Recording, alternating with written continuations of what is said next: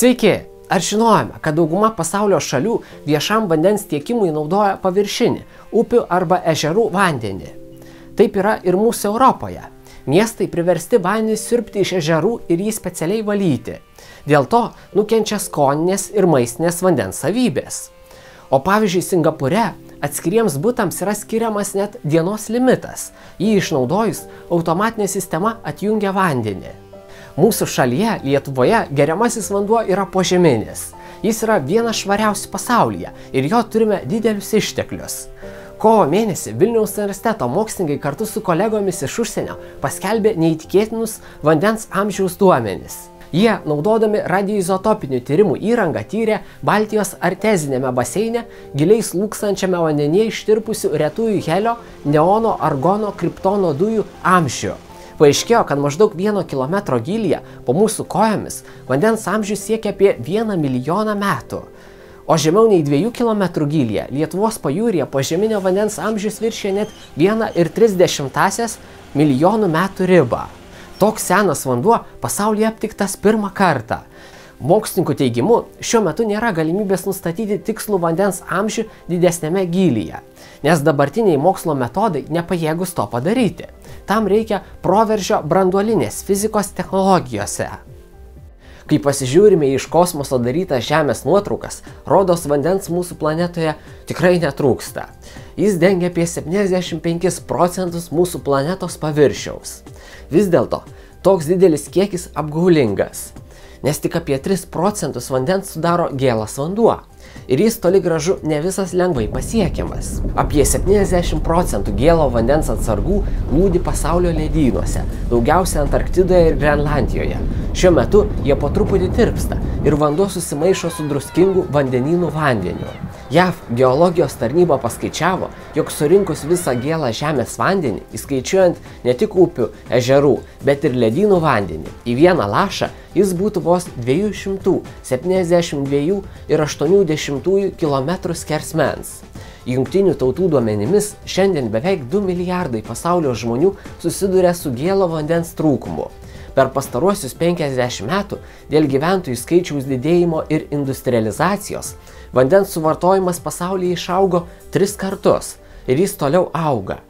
Vandens turime tiek pat, kiek ir prieš 100 ar 1000 metų, tačiau jo vartotojai vis daugėja. Tai ką daryti? Čia yra geriausia dalis. Visą tai gali išspręsti ir sprendžia mokslininkai ir inžinieriai, patys protingiausi Žemėje žmonės. Kai kurie pasiūlymai tokie nuostabūs, kad su jais detaliau susipažinus pasaulio šviesią ateitį dengiantis debesis sklaidosi, o tikėjimas gerovę ir klestėjimu stiprėja. JAV Carnegie Mellon universiteto mokslininkė Teresa Dankovič sukūrė vandenį valančią knygą, kurios vienas puslapis gali išvalyti iki 100 litrų vandens. Knygos puslapiams gaminti naudojamas sidabras ir varis, kurie pasižymi baktericidinėmis savybėmis. Ir ją visiškai paprasta naudoti. Pakanka išplėšti puslapį, įdėti turimą indą ir per jį kaip filtrą pilti vandenį. Pildamas ant tokios knygos lapo vandenį, žmogus gali pasiskaityti aprašą, kodėl svarbu valyti vandenį. Kiekvienas puslapis moko sanitarijos taisyklių ir jos skaitytojui duoda patarimų, kaip šiuo požiūriu susikurti sveikesnį gyvenimą.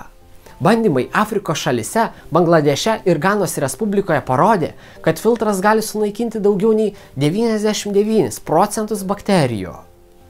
Kas geriausia, knygą nesudėtinga sandėliuoti ir transportuoti. Ją visiškai nesudėtinga gaminti masiniu būdu ir jos kaina nėra didelė. Jei aplinkui nėra vandens telkinio ar šulinio, drėgmę galima išgauti iš ore esančių vandens garų. Startuolis Fontus minios finansavimo platformoje internete pristatė vandens prisipildančio butelio koncepciją. Drėgmę jis ištraukė iš aplinkos oro. Pristatyta idėja sulaukė didelio susidomėjimo.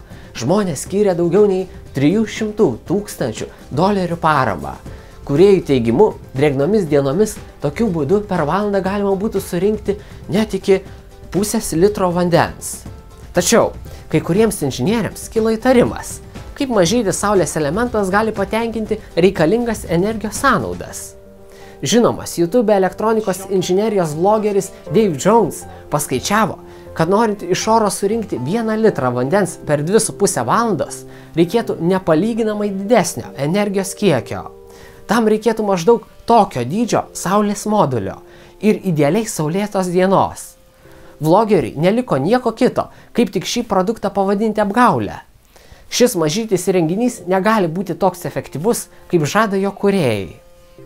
Tuo tarpu yra kompanijų, kurios projektuoja ir konstruoja rimtesnius įrenginius. Pavyzdžiui, vėjo elektrines, kurios pagamintą elektrą čia pat naudoja vandens išgavimui. Aplinkos oras be perstojo siurbiamas į kamerą, kurioje vandens garai kondensuojasi ant vėsių vamzdelių paviršiaus. Kondensatas keliauja į filtravimo įrenginius ir po to vanduo saugomas vandens bake. Gyventojai gali bet kada ateiti ir įsipilti vandens. Vidutinio drėgnumo sąlygomis jėgainė iš aplinkos susiurbia apie 1000 litrų vandens per parą. Reikia vandens visam miesteliui, tuomet galima pastatyti proporcingai didesnę sistemą. Principas tas pats. Vanduo kondensuojasi ant šaltų paviršių. Tam reikia didelio ploto ir galingos šaldymo sistemos. Tokie įrenginiai skirti toms vietovėms, kuriuose nėra vandentiekio sistemų, arba gruntinis vanduo yra pernelyg giliai.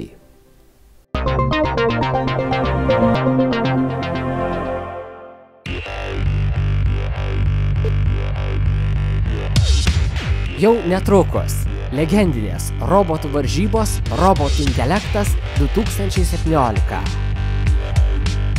Ar pavyks paimti aukso maišiuką? Ateik ir pamatyk, gegužės 12 dieną.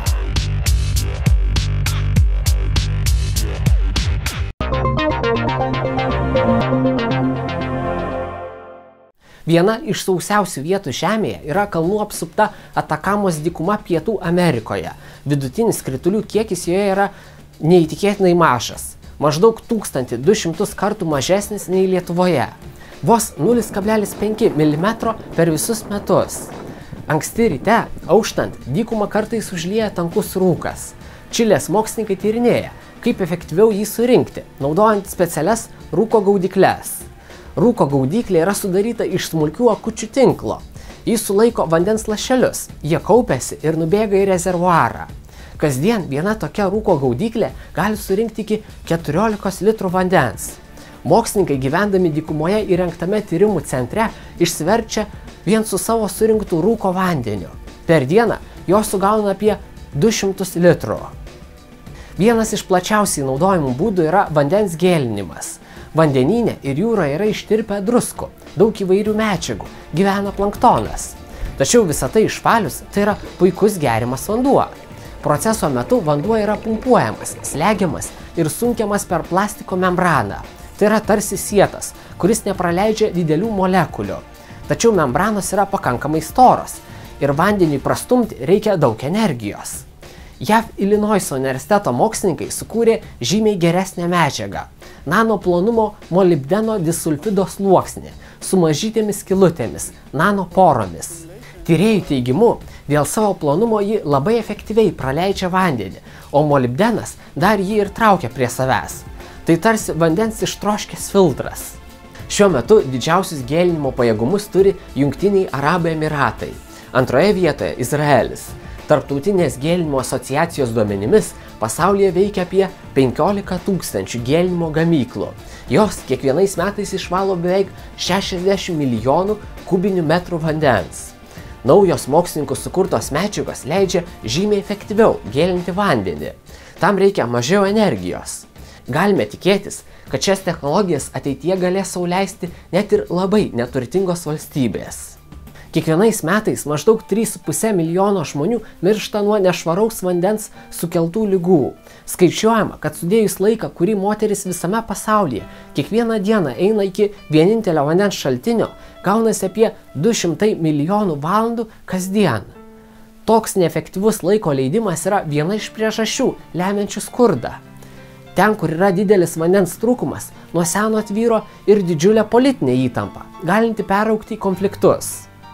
Tai yra nuostabu, kad mokslas ir technologijos turi atsakymus į geriamo vandens iššūkį, o mes kiekvienas galime padėti ir paremti vandens valymo ir tiekimo iniciatyvas skurdžiausiose šalise. Vanduo yra gyvenimo pagrindas. Sunku patikėti, kad šiais pažangiais laikais dar daugybė pasaulio gyventojų jos stokoja.